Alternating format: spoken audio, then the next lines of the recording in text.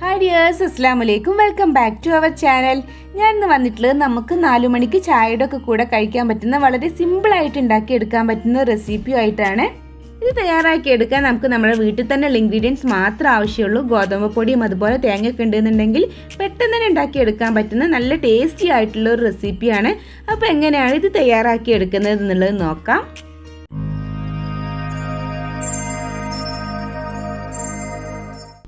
First നമുക്കിതിലേക്ക് ചപ്പാത്തി ഒന്ന് കുഴച്ചെടുക്കണം. അപ്പോൾ അതിന് വേണ്ടിയിട്ട് ഞാനൊരു ബൗളിലോട്ട് 1.5 കപ്പ് ഗോതമ്പ് പൊടിയാണ് എടുത്തിട്ടുള്ളത്. അത് ഇട്ട് കൊടുക്കുന്നുണ്ട്.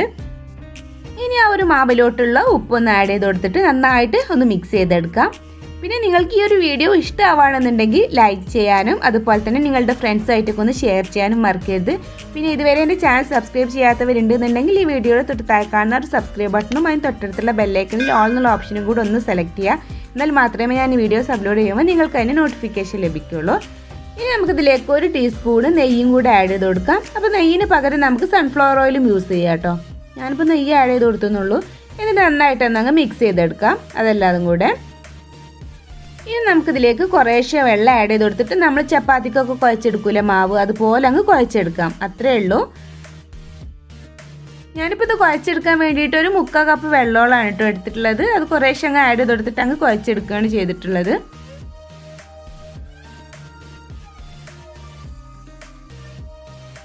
ഇപ്പോൾ അതാ ഞാൻ നന്നായിട്ട് അങ്ങ് കുഴച്ചെടുത്തിട്ടുണ്ട്. നല്ല സോഫ്റ്റ് ആയിട്ട് വന്നിട്ടുണ്ട് കേട്ടോ. ഇനി നമുക്കിതൊരു 10 മിനിറ്റ് ഒന്ന് റെസ്റ്റ് ചെയ്യാനായിട്ട് വെക്കണം. അപ്പോൾ ഞാൻ ഒരു സൺഫ്ലവർ ഓയിൽ ഇതിന് മുകളിൽ ഒന്ന് സ്പ്രെഡ് ചെയ്ത് കൊടുത്തിട്ട് ഒരു 10 മിനിറ്റ് ഒന്ന് വെക്കുന്നുണ്ട്, ഒന്ന് റെസ്റ്റ് ചെയ്യാനും കൂടെ വേണ്ടിയിട്ട്. അപ്പോൾ ഇതുപോലെ ജസ്റ്റ് ഒന്ന് എണ്ണ ഒന്നങ്ങ് അതിൻ്റെ മുകളിലൊന്ന് സ്പ്രെഡ് ചെയ്ത് കൊടുത്താൽ മതി. ഇനി ഇതൊരു 10 മിനിറ്റ് ഒന്ന് റെസ്റ്റ് ചെയ്യാനായിട്ട് വെക്കാം. അതിന് ശേഷം നമുക്കിതെടുക്കാം. ആ ഒരു ടൈം കൊണ്ട് നമുക്ക് അതിലേക്കുള്ള തേങ്ങയുടെ മിക്സ് ഒന്ന് തയ്യാറാക്കിയെടുക്കാം. അപ്പോൾ അതിന് വേണ്ടി ഞാനൊരു സോസ് പാനിലോട്ട് 1/2 കപ്പ് ശർക്കരയാണ് ആഡ് ചെയ്ത് കൊടുത്തിട്ടുള്ളത്. അത് ഏകദേശം ഒരു 100 ഗ്രാം വരും കേട്ടോ. ഒന്ന് പൊടിച്ചെടുത്തിട്ടുള്ളതാണ്. അത് ആഡ് ചെയ്ത് കൊടുക്കുന്നുണ്ട്. അതിലേക്കൊരു 3 ടേബിൾ സ്പൂണ് വെള്ളം കൂടി ആഡ് ചെയ്ത് കൊടുക്കുന്നുണ്ട്. എന്നിട്ട് നമുക്കിതൊന്ന് മെൽറ്റ് ചെയ്തെടുക്കണം. അപ്പോൾ ഒന്ന് അരിച്ചെടുക്കാൻ വേണ്ടിയിട്ടാണ് ഒന്ന് മെൽറ്റ് ചെയ്തെടുക്കുന്നത്. ഒന്നും കൂടെ അങ്ങ് മെൽറ്റായിട്ട് വരാനുണ്ട്. അപ്പോൾ അത് നന്നായിട്ട് മെൽറ്റായിട്ട് വന്നിട്ടുണ്ട്. ഇനി നമുക്കിതൊരു വേറൊരു പാനിലോട്ട് ഒന്ന് അങ്ങ് അരിച്ചിട്ട് ഒഴിക്കാം. അപ്പോൾ ഞാനൊരു അരിപ്പ് വെച്ചിട്ട് അങ്ങ് അരിച്ചെടുക്കുകയാണ്. അതിൽ എന്തെങ്കിലും വേസ്റ്റ് ഒക്കെ ഉണ്ടെന്നുണ്ടെങ്കിൽ അതൊന്ന് പോരാനും കൂടെ വേണ്ടിയിട്ടാണ് ഇങ്ങനെ ചെയ്തെടുക്കുന്നത്.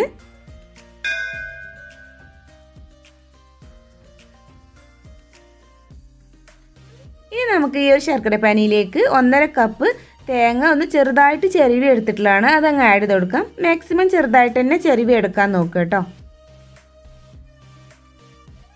പിന്നെ വേണ്ടത് ഒരു 1.5 ടേബിൾ സ്പൂണോളം കാഷ്യൂ നട്ട് ഒന്ന് പൊടിച്ചെടുത്തിട്ടുള്ളതാണ് കേട്ടോ. അപ്പം മാക്സിമം പൊടിച്ചെടുക്കാൻ നോക്കുക. എന്ന് വെച്ചാൽ ചെറുതായിട്ടൊക്കെ അരിഞ്ഞെടുത്താൽ നമുക്ക് ആ ഒരു പരത്തുന്ന ടൈമിൽ ചിലപ്പോൾ നമ്മുടെ ആ ഒരു ചപ്പാത്തി പൊട്ടി പോകാനൊക്കെ ചാൻസ് ഉണ്ട്, അതിങ്ങനെ കുടുങ്ങി വരുമ്പോൾ.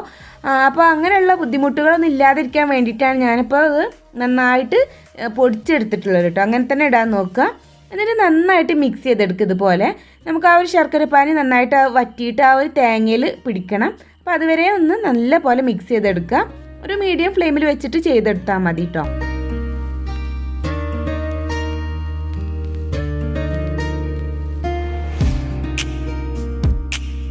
ഇപ്പോൾ ഇതാ ആ ഒരു ശർക്കരപ്പാനി നന്നായിട്ട് വറ്റി വന്നിട്ട് ആ ഒരു തേങ്ങയിൽ കോട്ട് ചെയ്ത് പിടിച്ചിട്ടുണ്ട്.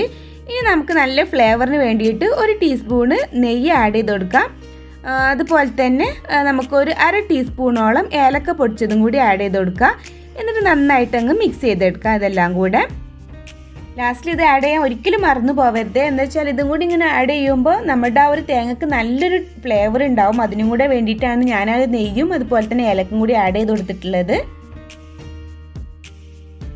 അപ്പോൾ ഇതാ റെഡിയായി വന്നിട്ടുണ്ട് കേട്ടോ. ഇനി നമുക്ക് ഫ്ലെയിം ഓഫ് ചെയ്തിട്ട് ഇതൊന്ന് തണുത്ത് വരുന്നത് വരെ വെയിറ്റ് ചെയ്യാം. അപ്പോഴേക്കും നമുക്കിതിലേക്കുള്ള ചപ്പാത്തി ഒന്ന് പരത്തിയെടുക്കണം.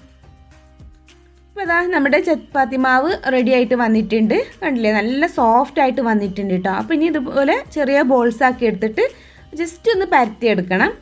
അപ്പോൾ ഇതോടെ ഞാൻ ഏകദേശം ഇപ്പോൾ ഒരു 6 ബോൾസ് ആക്കിയിട്ടാണ് കേട്ടോ എടുക്കുന്നത്. ഒരു 6 ബോൾസൊക്കെ ആക്കി എടുത്താൽ മതി. അതുപോലെ തന്നെ ഇങ്ങനെ കൈ കൊണ്ട് അങ്ങ് ഉരുട്ടിയെടുക്കുക. നമ്മൾ ചപ്പാത്തിക്കൊക്കെ മാവ് ഉരുട്ടിയെടുക്കുന്ന പോലെ തന്നെ.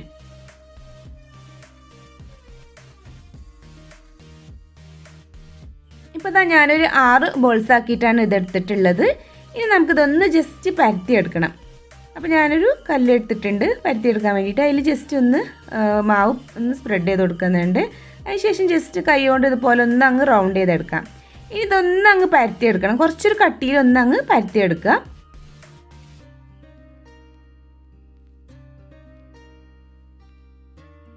ഇപ്പോൾ ഇതാ ഞാൻ ഈ ഒരു തിക്കിലാണ് കേട്ടോ പരത്തിയെടുത്തിട്ടുള്ളത്.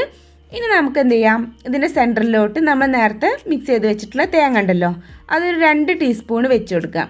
ആ ഒരു 1.5 കപ്പ് തേങ്ങ ശരിക്കും ഈ ഒരു 6 ചപ്പാത്തിയിലോട്ട് കറക്റ്റാണ് കേട്ടോ. ആ ഒരു അളവാണ് ഞാൻ പറഞ്ഞിട്ടുള്ളത്. അപ്പോൾ കൂടുതൽ വേണമെന്നുണ്ടെങ്കിൽ നമ്മൾ കൂടുതൽ എമൗണ്ട് എടുത്താൽ മതി.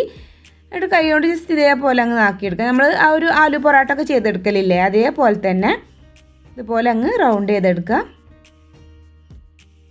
അല്ലേ, ഇതേപോലെ അങ്ങ് ചുറ്റിയെടുത്താൽ മതി. അതിനുശേഷം ഇതേപോലെ അങ്ങ് എടുക്കുക. എന്നിട്ട് ആ മുകൾക്ക് വന്നിട്ടുള്ള ബാക്കി വന്നിട്ടുള്ള മാവുണ്ടല്ലോ, അത് ഇതേപോലെ അങ്ങ് ചുരുട്ടിയെടുത്താൽ മതി. എന്നിട്ട് നമുക്ക് ലാസ്റ്റിൽ ഇത് എന്ത് ചെയ്യാൽ മതി, ഒരു ചപ്പാത്തി എന്തെങ്കിലും ആക്കിയെടുത്താൽ മതി കേട്ടോ, ഉണ്ടല്ലേ. എന്നിട്ട് കൈ കൊണ്ട് ജസ്റ്റ് ഒന്ന് അങ്ങ് പ്രസ് ചെയ്ത് കൊടുക്കുക. ഇനി നമുക്ക് എന്ത് ചെയ്യാം, എല്ലാം ഇതുപോലെ ആക്കി വെച്ചാൽ മതി കേട്ടോ. ഇതോട് കൂടിയിട്ട് തന്നെ നമ്മൾ പരത്തി എടുക്കേണ്ട ആവശ്യമില്ല. ജസ്റ്റ് നമ്മൾ ഇതേപോലെ ജസ്റ്റ് ഒന്ന് അങ്ങ് കൈ കൊണ്ട് ഇതേപോലെ പ്രസ് ചെയ്ത് വെച്ചാൽ മതി. എന്നിട്ട് നമ്മൾ ആ ഒരു ചുട്ടെടുക്കുന്ന ടൈമിൽ അങ്ങ് പരത്തി എടുത്തിട്ട് കല്ലിലോട്ട് ഇട്ടിട്ട് അങ്ങ് ചുട്ടെടുത്താൽ മതി കേട്ടോ. ഇനി ബാക്കിയുള്ളതൊക്കെ ഇതുപോലെ തന്നെ അങ്ങ് ചെയ്തെടുത്താൽ മതി കേട്ടോ.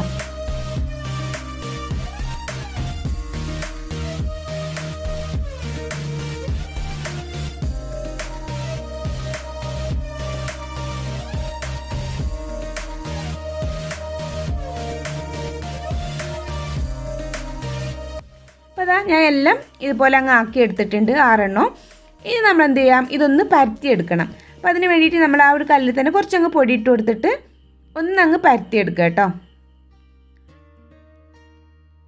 ഇതുപോലെ പതുക്കെ പതുക്കെ അങ്ങ് പരത്തി കൊടുക്കുക. പെട്ടെന്ന് അങ്ങനെ അമർത്തിയിട്ട് ചെയ്യരുത് കേട്ടോ. അങ്ങനെ ആകുമ്പോൾ ഫില്ലിങ്സ് ഒക്കെ ചിലപ്പം പുറത്തേക്ക് തള്ളിയിട്ടൊക്കെ വരാൻ ചാൻസ് ഉണ്ട്. അപ്പോൾ പതുക്കെ പതുക്കെ അങ്ങ് പരത്തിയെടുത്താൽ മതി. ഇപ്പോൾ ദാ ഇതേപോലെയാണ് കേട്ടോ ഞാൻ പരത്തിയെടുത്തിട്ടുള്ളത്.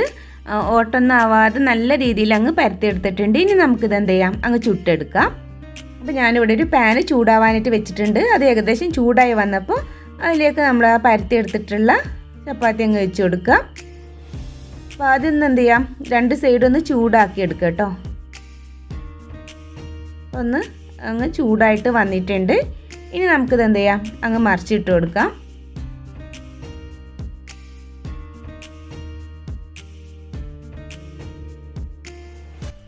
അപ്പോൾ ആ ഒരു സൈഡും കൂടി അങ്ങ് ചൂടായി വന്നപ്പോൾ അങ്ങ് മറിച്ചിട്ട് കൊടുത്തിട്ടുണ്ട്. ഇനി നമുക്കിതിൻ്റെ മുകളിൽ കുറച്ച് നെയ്യൊന്ന് തേച്ച് കൊടുക്കുക കേട്ടോ. അപ്പോൾ ആ നെയ്യ് തേക്കുന്നതോട് കൂടിയിട്ട് തന്നെ ആ ഒരു ചപ്പാത്തി പെട്ടെന്ന് തന്നെ അങ്ങ് പൊങ്ങി വരും. അപ്പോൾ കുറേശ്ശായിട്ട് ഇതുപോലെ അങ്ങ് സ്പ്രെഡ് ചെയ്ത് കൊടുക്കുക.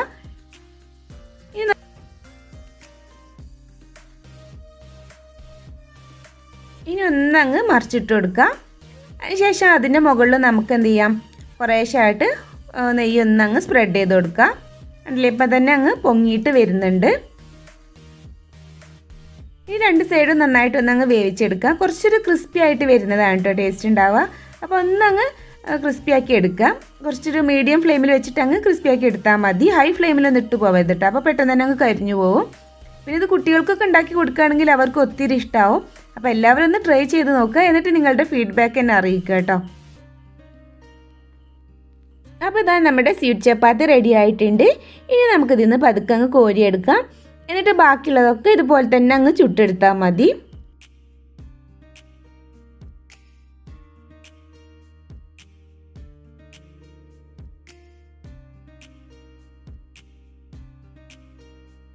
ഇപ്പോൾ ഇതാ ഞാൻ എല്ലാ സ്വീറ്റ് ചപ്പാത്തി അങ്ങ് ചുട്ടെടുത്തിട്ടുണ്ട്. അപ്പോൾ നമുക്ക് എന്ത് ചെയ്യാം, അതിൽ നിന്ന് എടുത്തിട്ട് ഒന്ന് കട്ട് ചെയ്ത് നോക്കാം. പുറത്ത് നല്ല ക്രിസ്പിയാണ്, നല്ല ചൂടുമുണ്ട്. അപ്പോൾ ഇതുപോലെ എടുത്ത് കഴിക്കാൻ നല്ല ടേസ്റ്റിയാണ് കേട്ടോ. അപ്പോൾ നമുക്ക് 4 മണിക്ക് ചായയുടെ ഒക്കെ കൂടെ കഴിക്കാൻ പറ്റുന്ന നല്ല ടേസ്റ്റി ആയിട്ടുള്ളൊരു സ്വീറ്റ് ചപ്പാത്തിയാണ്. അപ്പോൾ എല്ലാവരും ഒന്ന് ട്രൈ ചെയ്ത് നോക്കുക. എന്നിട്ട് നിങ്ങളുടെ ഫീഡ്ബാക്ക് എന്നെ അറിയിക്കുക. അപ്പോൾ ഇനിയും ഇതുപോലുള്ള വെറൈറ്റി റെസിപ്പീസുമായി വരുന്നവരേക്കും ബായ്, അസ്സലാമു അലൈക്കും.